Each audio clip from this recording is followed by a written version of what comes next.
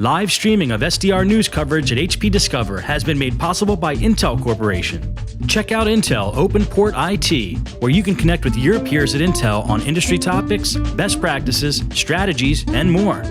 And by Microsoft, where HP and Microsoft are working together, combining their respective strengths to deliver innovative technologies to help advance your business. Traveling to Barcelona, we had some critical studio gear damaged by airline mishandling. That resulted in degraded audio quality during some of our interviews. We've edited the backup recordings of the interviews for maximum clarity possible. We'll offer each guest a chance for re-recording. Please watch for announcements on the Twitter stream, AXMC, and SDR News for updates.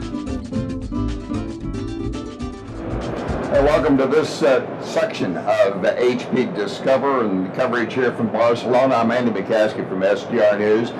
This topic is networking, and most specifically networking trends and the future of what's going on. I've got two gentlemen with me, Kash Sheikh, who you may remember from HP Tech Talk, and Don Wild, who is joining us here as well. So I guess the general question is, where is networking heading? Because the phrase was as important as the invention of Ethernet. So Andy, we truly believe that the time is right for a revolution in networking, and the technology and trend that's really going to ignite that fire is software-defined networking. And we're passionate about that, and we really believe that software-defined networking is the biggest thing to happen in networking since the invention of Ethernet. It's a bold claim, but we believe it. Just to back up a bit, what is your role within HP Networking? So I'm Vice President of Product Line Management for HP Networking. Mm-hmm. So I'm responsible for the product portfolio, the strategy, and delivery of the products. Yeah. And so Kash, what is your role? I'm the Senior Executive Director for Product and Technical Marketing, responsible for outbound marketing and the technical marketing efforts. So as we were talking, it seems that there are really two very general trends that are kind of buckets that the discussion fits into. What are the two top-level trends that you're seeing? So software-defined networking is obviously one, and then aligned with that and actually quite related is the unification of wired and wireless networking. And with software-defined networking, the real value here is the unification or the ability to now drive business policy into the network. And similarly with unified wired and wireless, it's the ability to collapse the policy models from having separate networks down into a single network policy. And so as we move forward, we believe that software-defined networking and unified wired and wireless will actually converge into a single policy model, enabling customers, end users, to drive line of business policies down into the network in a more automated manner, thus saving a lot of operational costs and making the network more aligned with the business needs. So this fits very well into the notion of really transforming and defining a new style of IT. Mm-hmm. Kash, what would you add to his comments? So software-defined networking is definitely one of the key trends. And what's happening, or what I should say is not happening in the networking, is the innovation. Networking industry has been missing the innovation for decades. The last big thing, as Don said, happened was Ethernet, was about 40 years back. And after that, there have been an introduction, there have been greater speeds and feed. We were at 1 meg and 10 meg and 100 meg, and now we are at 10 gig, 40 gig, going to 100 gig. But that's pretty much it, the speeds and feed. The innovation, the real innovation has really been missing. And what SDN promises is really that innovation. And we are reigniting the innovation, just like HP founders, Bill and Dave, two guys started a company in the garage and started Silicon Valley as a result. We're doing exactly that with software-defined networking by providing the tools and open ecosystem. We introduce software development kit for our partners to develop an application.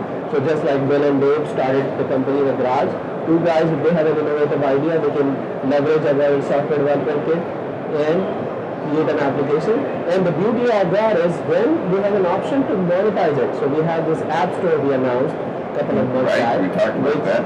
which will provide the opportunity for these innovators, partners, and developers to monetize it, and for customers having a single point where they can go a marketplace and download all of these applications, and as Don said, align the network to the business application. So the network is really an enabler of the business rather than a cost center. So, Don, what's the impact, what's the business impact of being able to define and bring policy from a totally different point of view?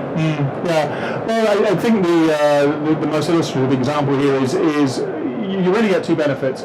You get the ability to define what we call network intelligence applications.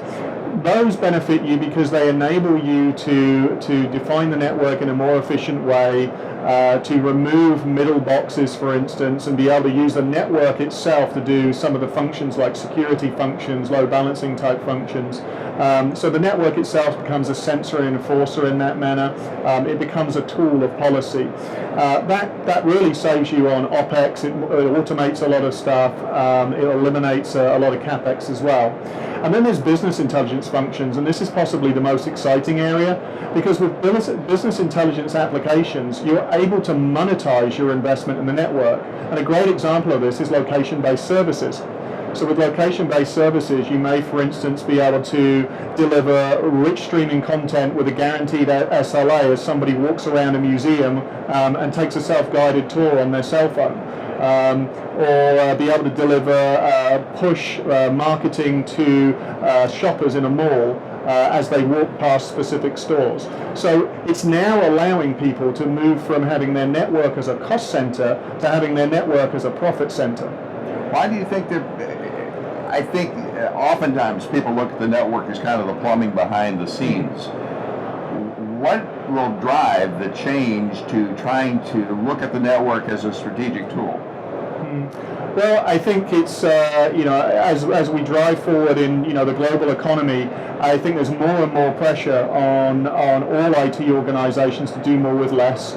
And there's more and more pressure in terms of growth of top line revenue and being able to sort of drive the business.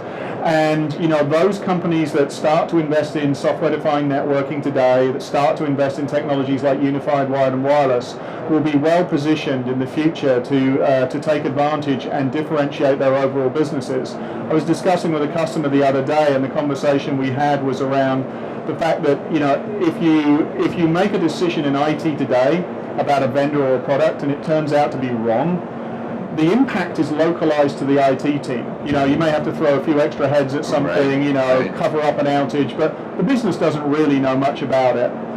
If you make the decision today not to invest in these new policy-driven technologies, then 3 years from now, you could be answering to your CEO and your shareholders as to why your competitor is able to be more agile and more differentiated and take advantage of their network as a business tool to grow revenue, and you haven't invested. So now the impact is all the way to Wall Street. Right. So this changes maybe some of the traditional metrics for the total cost of ownership. It's not only the cost, but the almost the opportunity cost that might be incurred. Exactly, and it's the investment protection as well, the future-proof network, and having the line of sight in a way that you are investing in the future. SDN, software-defined networking, just like any other technology, it's going to take at least 5 to 10 years for mainstream. But the key is there are things customers can do now in terms of making sure their investment is protected.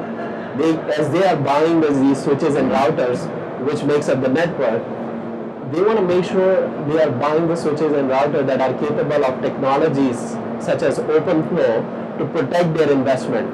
So in some cases, they may be ready now and they can turn on SDN. In other cases, they may not be ready for, let's say, 2 years. But the key is they want to make sure that their investment that they are making in these switches and routers are protected and it's able to take them into the future. For example, we have this customer, Ballarat Grammar. It's a good example of a customer that is doing exactly that. So they had about 3,800 switches, these are campus switches, and they were using these switches for their university environment. to provide access to the students. So as these students are coming in because of this trend, BYOD, bring your own device, Right. a lot of devices, everybody has 2 or 3 devices, smartphones and all that good stuff. So as these students bring in the devices, what they did, they had our switches, they deployed our controller, virtual application network SDN controller, which is generally available now, and they deployed this application, Sentinel security application, to provide security for the BYOD environment. That's the beauty of investment protection. He didn't have to change any of his switches, he didn't have to rip and replace any of the infrastructure. He leveraged the existing infrastructure to build upon that and take the network to the future with the software-defined networking. He's doing it now. So that brings up the question, Dom, you might wrap us up along these lines. Which is going to be more powerful, the carrot or the stick?